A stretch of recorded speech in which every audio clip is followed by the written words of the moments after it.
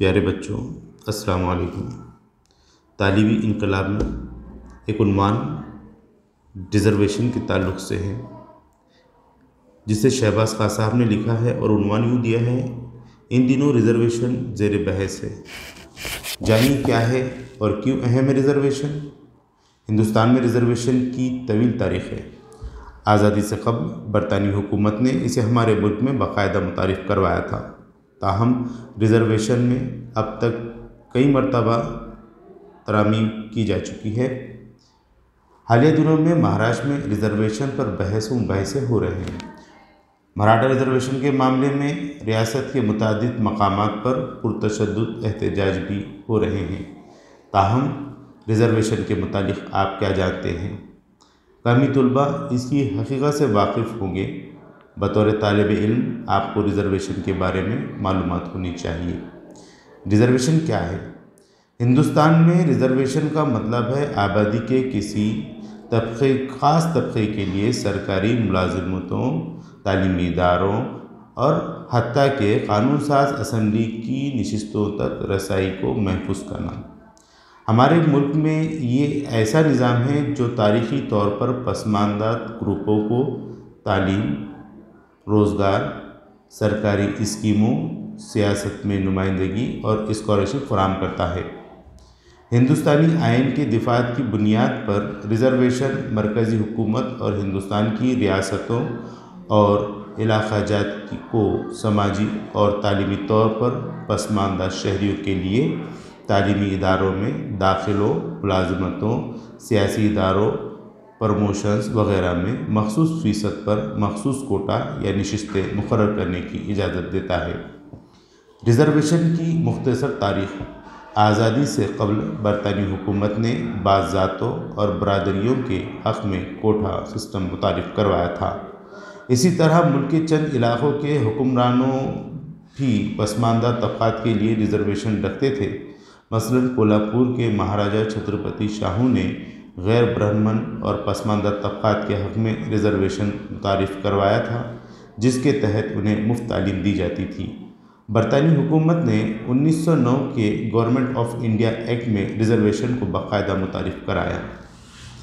جون 1932 کو گول میز کانفرنس میں اس وقت کے برطانیہ کے وزیر اعظم ریمزی میکڈونالڈو نے کمیونل ایوارڈ کی تجویز پیش کی، جس کے مطابق مسلمانوں، ہندوستانی عیسائیوں، انگلو انڈینز اور سکھوں کے لیے علیحدہ نمائندگی فراہم کی جانی تھی۔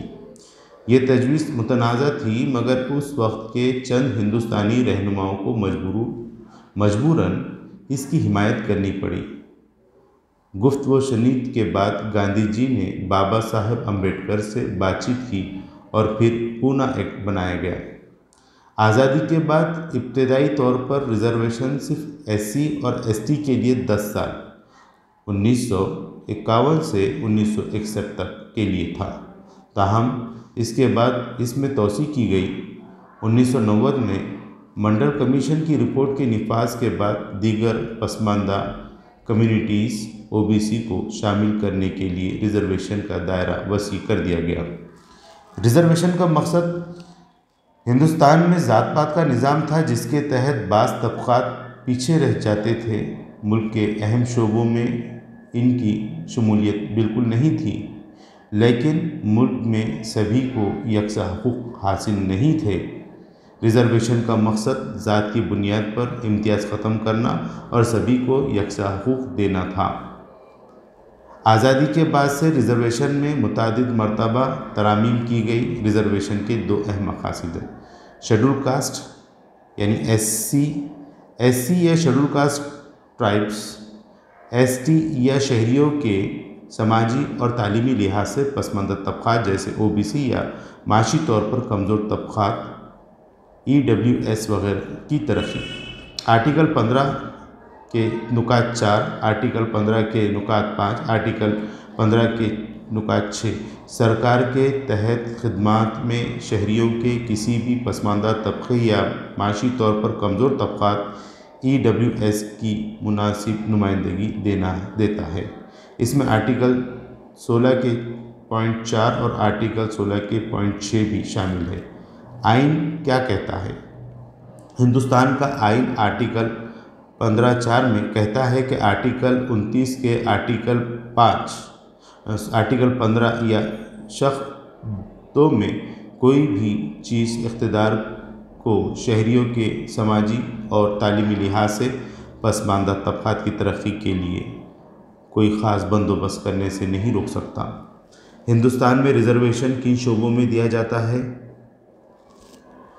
تعلیمی ادارے آرٹیکل 15 کی شق 4، 5 اور 6 کے مطابق IIT اور IMM جیسی سرکاری تعلیمی اداروں میں، سرکاری ملازمتیں آرٹیکل 16 کی شق 4 اور 6 کے مطابق IAS اور IPS جیسی سرکاری ملازمتوں میں، آرٹیکل 334 کے مطابق پارلیمنٹ اور اسمبلی میں قانون ساز کے طور پر۔ 2019 سے پہلے ریزرویشن بنیادی طور پر سماجی اور تعلیمی پسماندگی ذات کی بنیاد پر فراہم کیا جاتا تھا، تاہم 2019 میں 103ویں آئینی ترمیم کے بعد معاشی پسماندگی پر بھی غور کیا جا رہا ہے۔ واضح رہے کہ ریزرویشن کوٹے کے علاوہ مختلف زمروں کے لیے اضافی رعایتیں جیسے عمر کی اوپری حد، اضافی کوشش اور کم کٹ آف مارکس بھی فراہم کی جاتی ہے۔ ریزرویشن کا مقصد خیال رہے کہ کسی بھی شعبے میں ریزرویشن فیصد کی بنیاد پر دیا جاتا ہے۔ مثال کے طور پر اگر کسی تعلیمی ادارے میں 100% نشستیں ہیں تو ذات، مذہب، جنس یا گروپ کی بنیاد پر اس بات کو یقینی بنایا جائے گا کہ 100 میں سے 5% نشستیں پسماندہ طبقات کے لیے مختص ہوں، یعنی 100 میں سے 5 نشستیں پسماندہ طبقات کے لیے ہوں گی۔ اسی طرح کسی بھی طبقے یا گروپ کا خیال رکھتے ہوئے مختلف سرکاری اداروں میں انہیں فیصد کی بنیاد پر نشستیں مختص کی جاتی ہے۔ واضح رہے کہ SC، ST یا OBC کے لیے محفوظ اسامی کو SC، ST یا OBC امیدواروں کے علاوہ کوئی اور امیدوار نہیں پر کر سکتا۔ جدول مضمون کے آخر میں کے مطابق ہندوستان میں تقریباً 60% نشستیں ریزرو ہیں، تاہم 3% نشستیں تمام زمروں میں معذور افراد کے لیے بھی مختص ہے۔ اس کا مطلب یہ بھی ہے کہ میرٹ کے تحت صرف 60% نشستیں دستیاب ہیں۔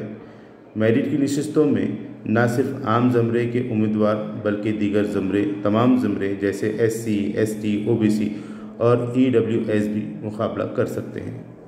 خیال ہے کہ اب معاشی طور پر پسماندہ افراد کو بھی ریزرویشن کے دائرے میں شامل کیا جا رہا ہے۔